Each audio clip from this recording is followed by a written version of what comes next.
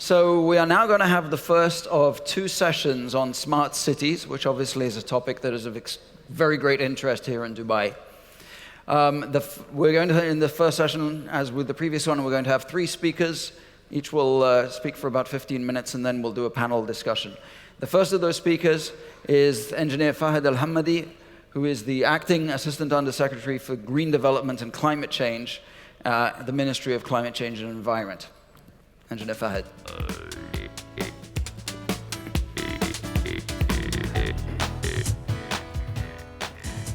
Assalamu alaikum wa rahmatullahi wa barakatuh.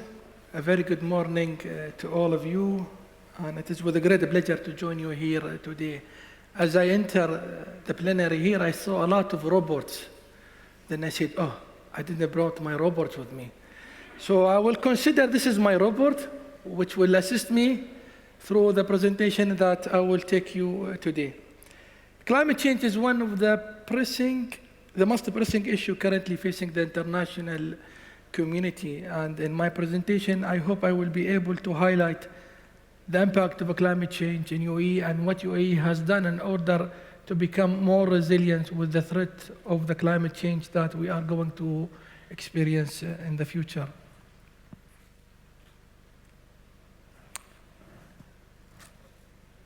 UAE is a very young country, 47 years old. And if you are in that age, you are still also young. With the populations not more than 300,000 in 1971.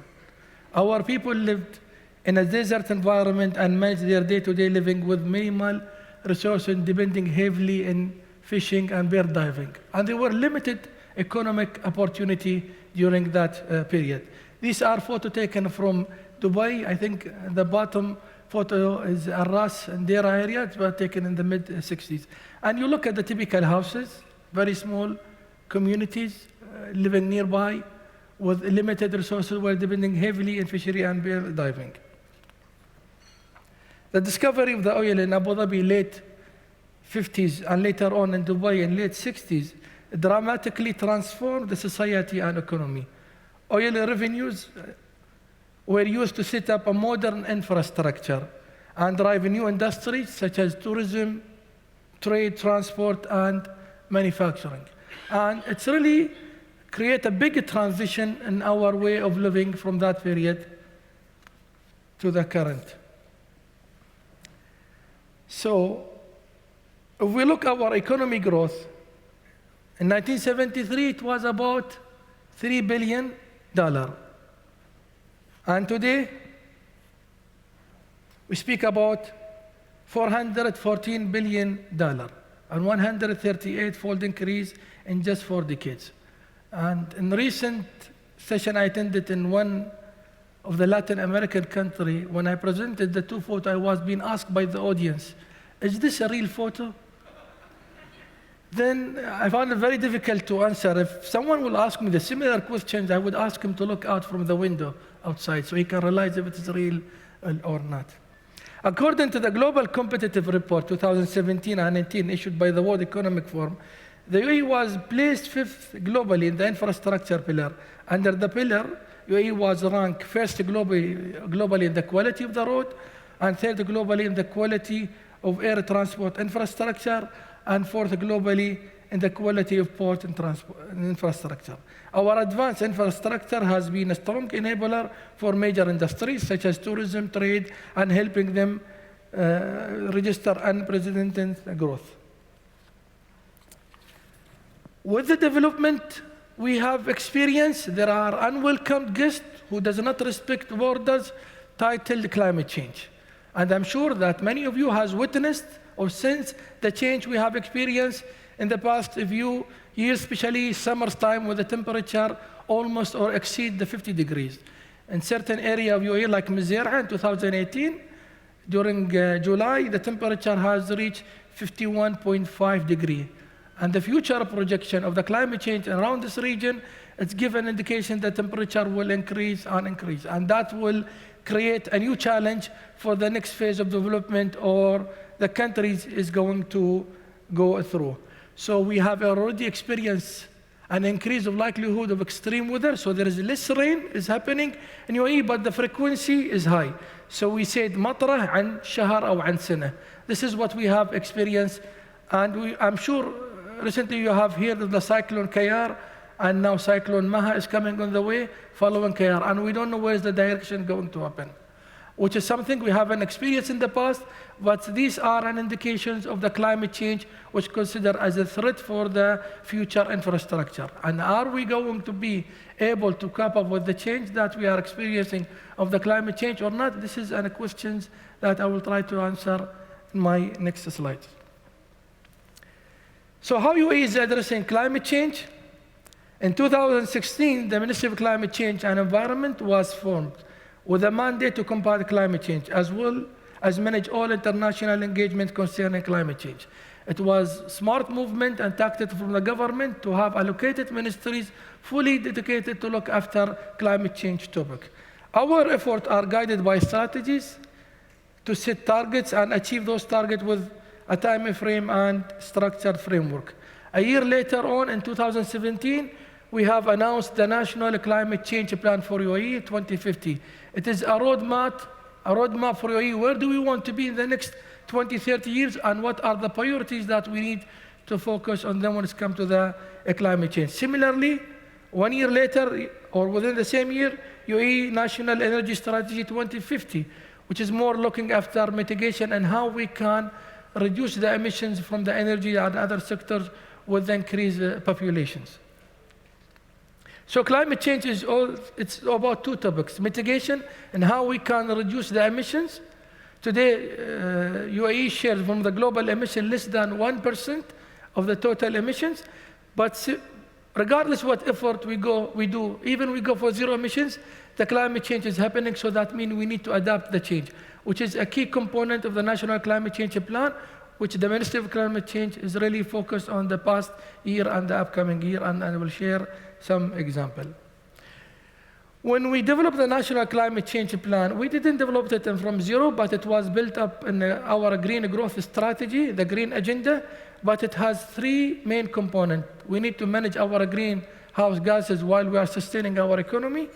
We need to minimize the risk of the climate change to have a better understanding what are the trends, the future trends in this region, and how we will be impacted in multi-sectors, and what action required in order to reduce the impact. And engage the private sector. Today, as a government alone, we cannot work, but we need to create the opportunities how the private sector can be part of our journey for providing future solutions. For sure, today, if you have any plan or a roadmap, you have to have enablers. Today, without these catalysts, you will not be able to achieve your milestones. So it was very important to have some components, some related to innovative green finance, in a way in how we can attract investors to invest more toward the green projects. Similar example, or a good example, we have Dubai Green Fund, which fully allocated fund for green projects toward renewable energy, or any project has benefit to the environment. Capacity building. Today we are doing a transition toward renewable energy. We are introducing new technologies, so we need to ensure the capacity is able to cope up with the change or the transformation we are moving toward. Many governments today, they have set many future vision, missions, or targets, but they haven't succeeded to achieve them because there was no good governance or monitoring or evaluation of how they are progressing. UAE took a very bright step on a matter of how we are monitoring the progress of our plan, that through the UAE National UAE Climate Change and Environment Council, which is led by His Excellency Dr. Thani Azoudi. And the other thing is we need to have more awarenesses on the impact of the climate change in our communities, and take the opportunities of any international cooperation that we can get from partner countries. This is, in very brief, it's all about our adaptation. What do we mean by our adaptation program? We want to monitor what are the climate trends in UAE by looking at the historical data. If the temperature increases or humidity increase, what will that look as an impact when it comes to the energy infrastructure? So we've been monitoring the climate trend in UAE for the past 20, 30, 40 years, and we assess the increase in the temperature and humidity in number of sectors to come with a list of priorities. That's something they have to focus on in the future in order to reduce the impact. I will share with some example that in my next slide. For example, today we have noticed already the increase in the temperature. The increase in temperature has a link with the increase of the air particulate concentration, where you will have more admissions at the hospital with asthma diseases or blood pressure. So the question, what precaution the Ministry of Health and Infrastructure, Ministry of Health and Prevention, they are taking today? If there is an alert with a heat wave or increase in temperature, as they have an access to all patients, they can send, for example, an alert system. Please don't expose yourself to outdoor activities, because that will have an impact in your health, which is something very well, we've seen it. Whenever we have a sand or dust storm, we go to the hospital, we see a lot of kids admission because of the asthma diseases. The question is how we can take a proactive approach in order to adapt the future change that we are experiencing. This is a very simple example, but there is more detail about this available in the website. Now, I want to create the link between climate change and modern city or smart cities. How smart cities can contribute to the emission reduction or to become more climate resilience. And a huge gain in terms of reducing harmful gases or greenhouse gases can be made by changing how we plan, build, manage, and power our cities and towns. Well-designed, compact, walkable cities with good public transport and infrastructure with smart businesses, building, and education will reduce our per capita footprint and make us already to become more climate resilient. These are number of examples when we talk about smart cities. What do we mean by smart infrastructure, smart businesses, smart living? I will share with you a few examples that we have today in UAE.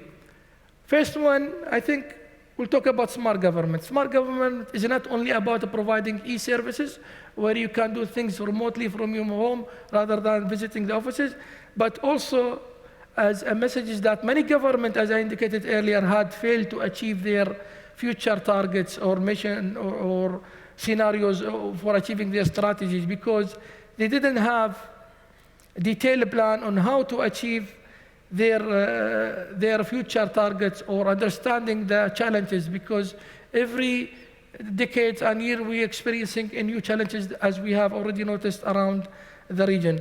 So UAE made a very smart move that we created a platform where we built the capacities toward the climate change. One example that earlier this year we have the privilege of partnering with His Excellency Antonio Guterres, the new Secretary General, to host Abu Dhabi climate meeting. We have the UAE annual government meeting where the federal entities with local entities get together and discuss the challenges and current challenges, strategies, and initiatives to lead the country's centennial plan. Similarly, we have the World Government Summit, which we talk about the future foresight and UAE vision and other platforms such as Abu Dhabi sustainability and so on.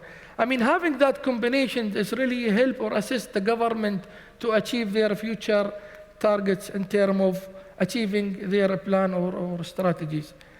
I think in terms of renewable energy, UAE made a very good progress.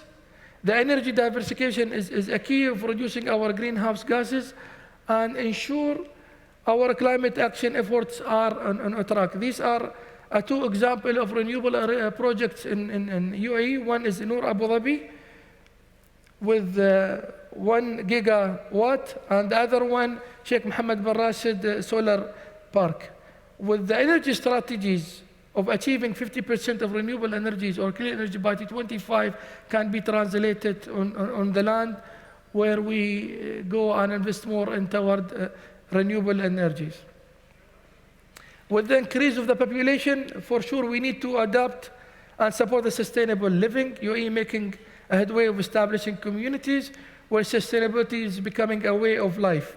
Prime example are Masdar City and Sustainable City in Dubai, which adopt the green solution, energy, water, and waste management. These cities really help to reduce the emission by 40% when we compare it with the traditional way of cities. As you know that we are in a region, lack of water resources depending heavily on water desalinations.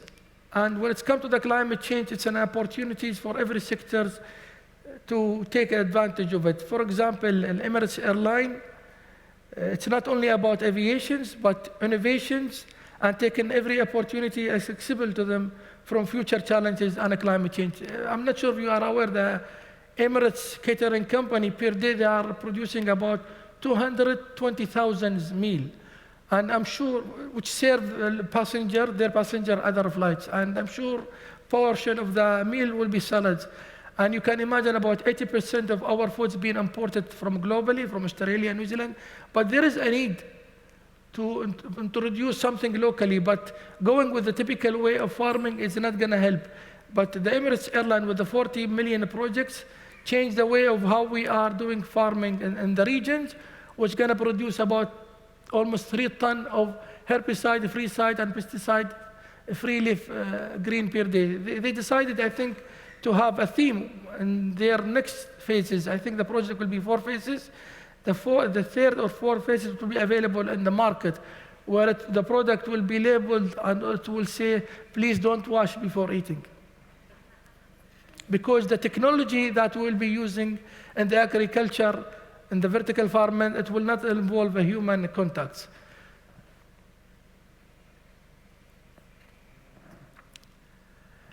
I think in terms of transportation contribute to 1/3 of the total emissions. And if we talk about example in UAE, we have the Metro Dubai. Recently, the Dubai Metro marked the 10th anniversary this year, which carry about 1.5 billion people in the past 10 years with 2.3 million trips. And you can imagine how much that contributed into the emission reduction. The vision of Dubai government of future transport is there, where they are aiming to achieve 20% of the total transportation autonomous using vehicle. And that also will change the concept of modern city and how we can adapt the future. I think it's not only in cities, but it's also that UAE has taken a strong commitment in safeguarding biodiversity. With the Ministry of Climate Change working closely with the private sector, we have managed to release about 2,000 artificial caves, which enhance the fish stock in UAE. But one of the important examples I can talk about is the photos in the middle related to Dubai municipality, where they have launched the first environmentally friendly mobile air quality monitoring stations. The truck equipped with artificial intelligence system and tools to move around the city and provide real-time data on air pollution to officials in order to prevent and take corrective action immediately when it's come to air monitoring. I think, in summary, the climate change is happening. There is no other plan to live. Maybe they say they found water in Mars, but still too far to move to Mars. But the climate change is happening, and there are future challenges, but it's very important with the modern city, the structure we have, we need to understand what would be the impact and how we can cope up with the change that we are going to experience. With that, I have came to my last slide. I hope I have covered, but there is more detail can be provided in the ministry website. Thank you.